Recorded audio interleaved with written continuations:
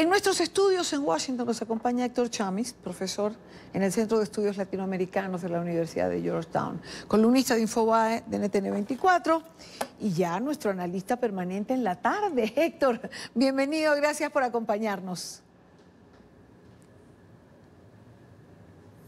Hola, Idania, un gusto para mí estar aquí contigo los martes o cualquier otro día. Bueno, normalmente los martes, a veces la rutina se nos altera por la dinámica de ambos, pero fíjate que además ya nos preguntan en Twitter, ya te preguntan en Twitter a qué hora va a ser el análisis que vas a presentar. Héctor, Sí, sí. Así es. Si así en es. 2016 Evo Morales no tomó en cuenta el voto popular, burló la decisión ciudadana en relación a su reelección, ¿por qué no lo haría en esta oportunidad?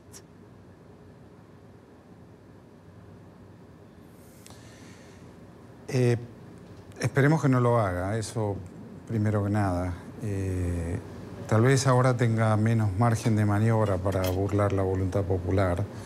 Esta suspensión de conteo, esta repentina interrupción de transmisión de datos, por supuesto llama la atención, sorprende, decía ese comunicado de la OEA que leyó el canciller González, ex canciller de Costa Rica. Por cierto que la diferencia no es suficiente para, aún en el conteo del propio Tribunal Oficial de Bolivia, la diferencia indicaría aún así una segunda vuelta. Y yo creo que ojalá Evo Morales pueda entender que esa segunda vuelta es necesaria de cualquier forma, porque las irregularidades y las sorpresas y los cambios de tendencia inesperados de importante magnitud deslegitiman un resultado favorable para Evo Morales. Entonces la única manera que él tendría de resolver esa cuestión, de recuperar legitimidad, es con una segunda vuelta, y que esa segunda vuelta gane o pierda. Pero yo creo que esa es condición necesaria para la estabilidad de Bolivia. Evo Morales en su cuenta, es que estoy viendo otro tuit que ya te voy a comentar, sobre el que seguramente vas a tener algo que decir, pero Evo Morales acaba en su cuenta de Twitter de colocar un mensaje hace unos minutos y habla de una reunión productiva con observadores, delegaciones diplomáticas y de la Unión Europea y la OEA para escuchar y responder ante preocupaciones. Dice Evo Morales que le ha reiterado la invitación a que fiscalicen todo el proceso de cómputo de votos, acta por acta, con todas las garantías. Hay también un segundo comunicado de la OEA donde dice que han podido constatar que por actos de violencia se ha interrumpido el conteo en 9 departamentos, si no recuerdo mal. ¿Tendrán las comisiones de observación todas las garantías? Bueno, ojalá, es necesario. Yo creo que de otra manera Bolivia se encamina a una profunda división política y tal vez social si esto no se resuelve de acuerdo a la legalidad correspondiente y con el suficiente consenso para que esta elección termine bien. Enhorabuena si esa propuesta es genuina por parte de Evo Morales, enhorabuena, y que se lleve adelante y que se les dé las garantías y que sea cual fuera ese examen, esa posterior fiscalización de los votos, acta por acta, que ambas partes entonces se avengan a aceptar ese veredicto, de manera tal que pueda recuperarse la estabilidad que hoy Bolivia no tiene, evidentemente, porque un sector político de la sociedad, el no oficialista, se siente vulnerado en sus derechos y probablemente con razón. Ahora, Héctor, en caso de que no se den las garantías necesarias, de que se diga que Evo Morales ha ganado en esta primera vuelta, que no se vaya a un balotaje, que no se legitime, como bien tú señalas. La pregunta es, ¿la OEA irá mucho más allá de preocuparse y sorprenderse?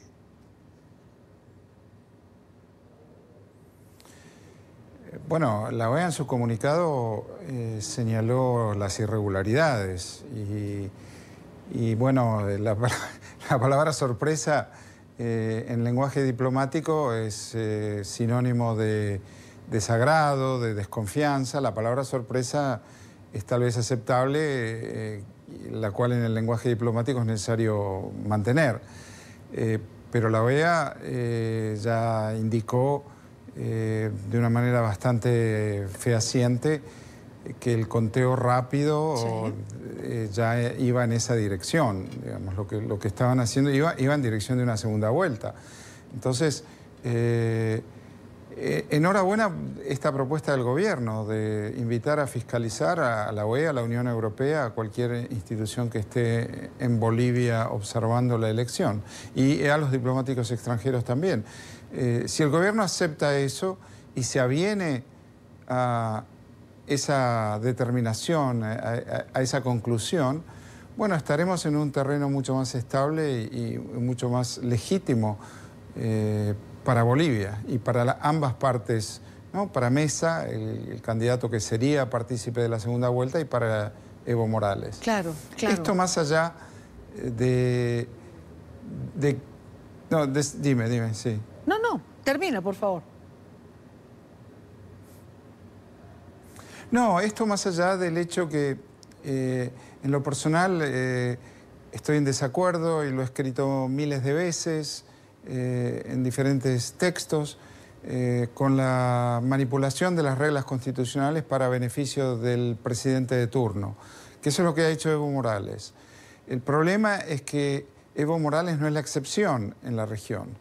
Son muchos los presidentes que lo han hecho.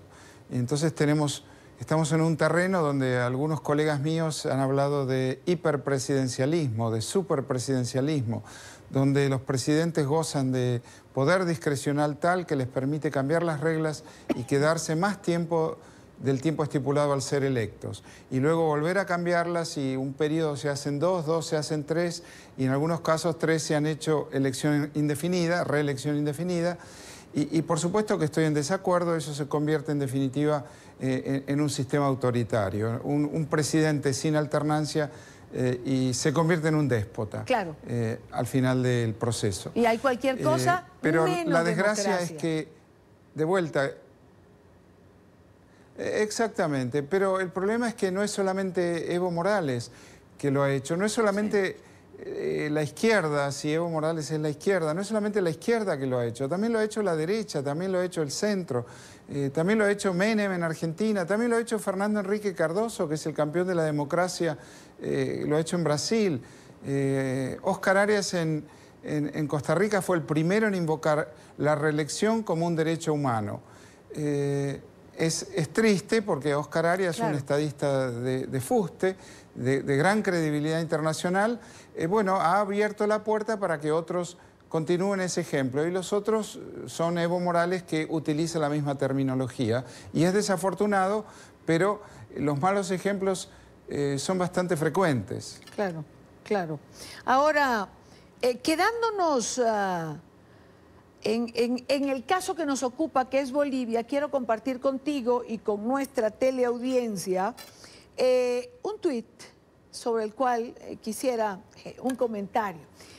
Porque tiene que ver con lo que estamos hablando de la OEA, pero aparece el expresidente Ernesto Samper, el expresidente de Colombia, y dice que la OEA no tiene derecho a desconocer los resultados de las pasadas elecciones en Bolivia, legitimando una segunda vuelta. Pedimos respeto por el Tribunal Supremo Electoral y los resultados definitivos de los comicios, que hasta hoy indican una victoria del presidente Evo Morales. Esto dice el expresidente colombiano Ernesto Samper. Yo acabo de ver, justo lo tenía nuestro equipo de producción en pantalla, los resultados actualizados del Tribunal Electoral. Y no hay un margen allí que dé ganador a Evo Morales. No sé si es que el expresidente Samper tiene alguna información que nosotros no tenemos, Héctor. Es una buena pregunta, es una hipótesis válida. Ernesto Samper no tiene credibilidad, todos sabemos por qué. La OEA está allí porque fue invitada por el gobierno. Toda observación electoral de carácter internacional tiene la invitación del gobierno que organiza las elecciones, de la OEA o de la Unión Europea. Y por supuesto que eso es importante para los países porque les otorga credibilidad y legitimidad al resultado electoral. Los países se benefician con eso. Colombia, que es el país de Samper, también tiene a la OEA observando sus elecciones. Entonces, el presidente Samper, si está hablando, ya sea porque tiene información o porque está avanzando una estrategia política, bueno, no lo sabemos.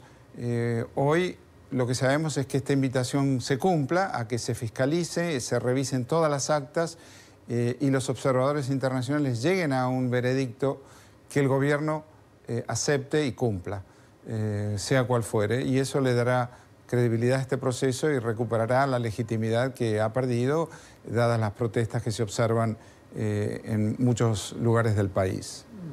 Dejemos Bolivia a un lado, digamos que es noticia en desarrollo, habrá que saber qué resultados finalmente dará el Tribunal Electoral, y me imagino que a partir de allí pues habrán posiciones tanto dentro como afuera.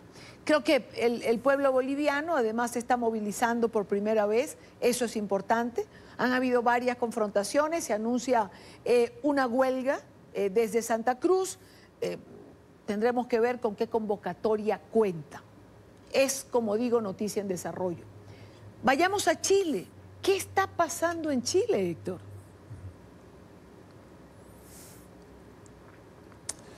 Bueno, es muy paradójico lo de Chile porque por varios motivos. Sí. Uno es que Chile es de los países con menor desigualdad y más alto producto per cápita del continente. Es uno de los países que en los últimos 20, 30 años ha hecho los mayores progresos. Es un país con más prosperidad que la vasta mayoría de los países de la región. Esto no necesariamente significa que no haya descontento, porque también sabemos que la prosperidad puede generar descontento cuando expectativas de mejoras aún más altas no son cumplidas. Hay muchísima literatura sobre el tema, cómo las movilizaciones y la protesta no son producto de la privación, de la pobreza, sino de lo contrario, de la modernización y de la prosperidad que en algún momento queda truncado. Entonces, bueno, hay mucha parte de esta protesta que es genuina y tiene que ver con eso, que es un fenómeno sociológico estudiado en detalle durante muchísimo tiempo. Lo otro que sí me llama la atención acerca de Chile es que la magnitud de la protesta y el carácter de la violencia es sorprendente, y no uso la palabra como la usó la OEA, sino que la uso de manera preocupada. Y no puedo dejar de pensar que hay intervención de elementos extranjeros, que el PC chileno obedece a La Habana, y que no quiero sonar conspirativo, a veces siento que con estas cosas uno termina en una conspiración y el argumento es descontado por otros, pero es inevitable ir en esa dirección, donde ciertos elementos forman parte de una estrategia de desestabilización que tiene que ver con una larga historia en Colombia, de desestabilización en Colombia, en Ecuador recientemente, hoy en Chile. La magnitud de la protesta hace pensar eso. Mira, el presidente Ricardo Lagos, antes de ser presidente, socialista, antes de ser presidente fue ministro de Educación, y tanto como ministro de Educación como presidente tuvo tremenda cantidad de manifestaciones de estudiantes de una manera casi constante. Estudiantes protestando por diferentes circunstancias que tienen que ver con la educación en el país. Desde los costos, desde las becas, boletos estudiantiles, pasaje estudiantil, durante larguísimos años. Bueno, nunca los estudiantes en aquellos momentos fueron a incendiar estaciones de metro, nunca fueron a destruir locales comerciales, nunca prendieron fuego a buses aparcados en determinados lugares de diferentes ciudades. Sí. Entonces esto da que pensar que es más que una protesta por expectativas sociales frustradas. Y por el otro lado, también es cierto, a fuerza de ser objetivo en el análisis, que el presidente Piñera no ha tenido la mejor de las reacciones, ¿no? No ha tenido la más política y la más estratégica de las reacciones. Esto no es una guerra, dijo, estamos en guerra. No es una guerra es otra cosa. Esta es una gran protesta social con elementos desestabilizadores. Me remito a las palabras de Diosdado Cabello y de Maduro, que se autoadjudican, no sabemos si es cierto, pero sí sabemos que hay infiltración de elementos chavistas en las migraciones, en el éxodo venezolano. Hay la vasta mayoría de los migrantes son gente privada y necesitada, y por eso migran, pero en ese conjunto se han infiltrado elementos de inteligencia bolivariana o de inteligencia cubana. Lo hemos visto en Cúcuta en ocasión del 23 de febrero, por ejemplo, donde había elementos desestabilizadores del lado colombiano, no solamente del lado venezolano. Entonces, esta es una estrategia que no podemos desconocer, no podemos ser tan ingenuos, que por cierto no explica todo, pero es parte de esta explicación de un fenómeno por demás complejo y por demás preocupante. ¿Tú sí estás de acuerdo entonces, Héctor, con la hipótesis de que esto de alguna manera está planificado? Que evidentemente, como pasó en Ecuador, hay una protesta social válida. Hay elementos valederos para que la población levante su voz, pero que evidentemente sobre esta protesta hay factores que se montan. Esto, para ti, como decía María Corina Machado en una rueda de prensa hace unas horas, ¿está planificado por el Foro de Sao Paulo? Yo creo que está planificado por un conjunto de actores políticos, el Foro de Sao Paulo, el gobierno de Cuba, el régimen de Maduro, que ven en esta coyuntura una oportunidad de regresar al poder luego de haber sido rechazados por sus sociedades, en el caso de Ecuador, en el caso de Chile, en el caso de Argentina, con la elección de Macri, la elección de Piñera, la elección de Lenín Moreno, que si bien era parte del partido de Correa, se distanció de Correa, la elección de Iván Duque en Colombia, un cambio de ciclo que hubo hace aproximadamente 4 años, 3-4 años, 2 años en el caso de Chile, menos, la elección de Bolsonaro en Brasil, que los ha dejado fuera del poder, y esta es una manera de regresar. Hay una izquierda en América Latina que no cree ni tiene convicción democrática alguna, no cree en los mecanismos de la democracia, no cree en la alternancia en el poder, y entonces tal vez estén viendo en esta desestabilización la oportunidad de regresar al poder, si no por el voto, por otros mecanismos, pero al menos desestabilizar y debilitar a gobiernos elegidos que no tienen el mismo signo ideológico que esa izquierda. Y por supuesto, La Habana está detrás de esto porque siempre estuvo detrás. Claro, claro. Sí. Y una pregunta más, porque no lo puedo obviar, ya vamos a elecciones en Argentina, las encuestas dan una diferencia entre la fórmula Fernández y el presidente Mauricio Macri, y pareciera, aunque los milagros existen, que todo de alguna manera está escrito. Y Argentina, por el voto, retrocedería en lo que ha sido la política de modernización que ha implementado Mauricio Macri. Dura, fuerte quizás, como muchos señalan, pero digamos encaminada a llevar al país hacia otro lado. ¿Cómo va a influir, cómo va a cambiar la dinámica geopolítica en la región a partir de un triunfo de la fórmula Fernández en Argentina? En gran forma, yo creo, porque va a haber un reacomodamiento de Argentina en su política exterior, va a haber una reformulación de su política exterior frente a Venezuela, y eso va a debilitar los intentos diplomáticos que hasta ahora hemos tenido, llevados adelante por un grupo de países que uno puede llamar de derecha o de centro, de lo que quiera. Algunos en su momento también han sido de centro-izquierda, pero sin duda eso va a generar ese cambio. Cristina Fernández recibió dineros de PDVSA para su elección ya en 2007, recibía dinero de PDVSA para su elección, la famosa valija maleta de Antonini y Wilson, y ahí hay compromisos políticos de larga data, desde cuando Chávez vivía todavía. Entonces, eso va a significar un reacomodamiento y no va a ser bueno para la recuperación de la democracia en Venezuela y por ende para estabilizar la democracia en la región, en un momento en que uno donde mire ve tremenda inestabilidad, sociedades explosivas y la democracia en riesgo, por supuesto. Claro. Quiero terminar con una frase que decías cuando hablábamos de Bolivia. Y decías, Bolivia se encamina hacia una división política y social. ¿Es ese el sino de nuestra región? Es decir, ¿es eso lo que va a marcar nuestro devenir? Porque lo vemos en Bolivia, en Chile, en Venezuela. Es decir, ¿es esa nuestra cotidianidad?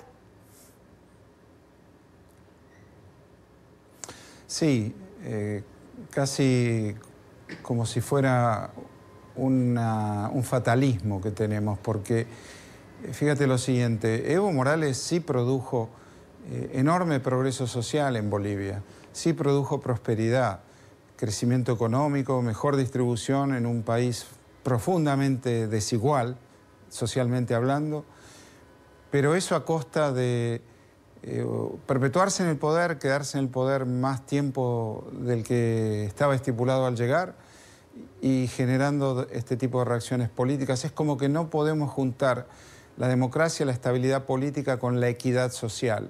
Y cuando falta uno de esos va a haber divisiones. División social, producto de la inequidad social característica de nuestro continente, o división política, producto de este tipo de maniobras políticas como la de Bolivia, que constituyen potencialmente un fraude y que, por supuesto, dejan a la mitad del electorado frustrado y con deseo de revancha. Porque, por el otro lado, nadie gana con el 80% de los votos. La realidad es que el que gana una elección en una democracia, con suerte gana por 10 puntos de diferencia. Eso significa una sociedad plural y una sociedad empatada. Entonces, el empate se puede administrar políticamente, pero la división genera conflicto e inestabilidad. Conflicto e inestabilidad, justo lo que tenemos en distintos países, conflicto e inestabilidad. Héctor, gracias, nunca es suficiente el tiempo para conversar contigo. Gracias por acompañarme siempre. Lo mismo digo, hasta siempre. Gracias. Vale, buenas tardes. Héctor Chamis.